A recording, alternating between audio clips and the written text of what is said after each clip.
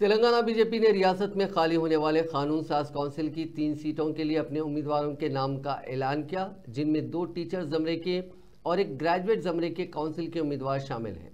BJP के रियासती सदर व मरकजी वजीर किशन रेड्डी ने आज पार्टी के दफ्तर में उम्मीदवारों के नामों का ऐलान किया, जिनमें नलगुंडा वरंगल खम्मम हल्के टीचर के उम्मीदवार के तौर पर पी सरोत्तम रेड्डी को उम्मीदवार बनाया गया, जबकि करीमनगर, निजामाबाद, आदिलाबाद, मेदक हल्के टीचर के उम्मीदवार के तौर पर एम कुमरैया को उम्मीदवार बनाया गया। इसी तरह ग्रेजुएट हल्के करीमनगर, निजामाबाद, आदिलाबाद, मेदक से सी अंजी रेड्डी को उम्मीदवार बनाने का ऐलान किया गया। वाज़ेह है कि इन तीनों सीटों पर जारिया साल मार्च में इंतखाबात होने वाले हैं।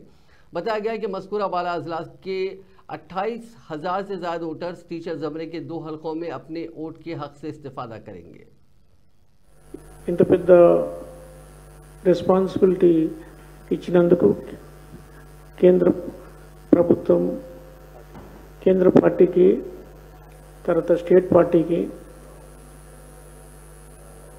ఈ బాధ్యత ఇచ్చిన పెద్దలందరికీ ధన్యవాదాలు చెబుతూ, ఈ ప్రజెంట్ సిచ్యువేషన్లో స్టేట్ గవర్నమెంట్ టీచర్ల పట్ల ఏ విధంగా వ్యవహరిస్తుంది, పాలసీ మ్యాటర్స్ కానీ అన్నీ పోస్ట్పోన్ చేస్తూ వాళ్ళ సమస్యలు ఏమి కూడా పట్టించుకోకుండా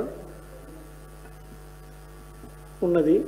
ఆ ఈ విషయాలన్నింటినీ కూడా మనం గట్టిగా ఫైట్ చేసి వాళ్ళ ఇష్యూలన్నిటి మీద కూడా ఒక సొల్యూషన్ రానికి సెంట్రల్ గవర్నమెంట్తో ప్రయత్నం చేసి కోఆర్డినేట్ చేసి తీసుకురావడం అనేది ఒక ఉద్దేశము.